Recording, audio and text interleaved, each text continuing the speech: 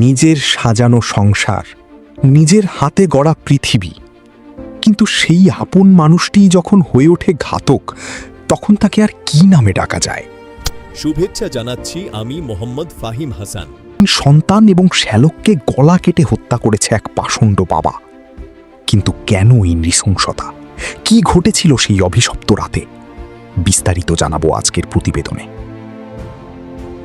গাজীপুরের কাপাসিয়ার এক প্রবাসীর বাড়িতে ভাড়া থাকত ফোরকান মিয়া ও তার পরিবার। স্থানীয় সূত্রে জানা গেছে, প্রবাসী মনির হোসেনের ওই বাড়িতেই গতরাতে নেমে আসে কালবৈশাখীর চেয়েও ভয়ঙ্কর এক ঝড়।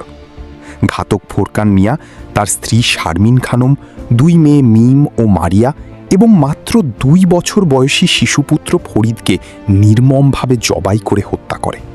নিস্তার পায়নি শ্যালকও, যাকে 2-1 দিন আগেই চাকরির কথা বলে ডেকে এনেছিল এই নরপিশাচ। হত্যার পর তার লাশ জানালার গ্রিলের সাথে বেঁধে রাখা। ছিঁড়ে যাওয়ার মতো 30 বছর বয়সী মা শারমিন খানম, 15 বছর বয়সী বড় মেয়ে মিম, 8 বছরের মারিয়া এবং কোলের শিশু লুট করার ঘটনাও ঘটে। 2 বছর। পরিবারের সব সদস্যকে একই রাতে চিরতরে বিদায় নিতে হলো নিজেরই বাবার হাতে।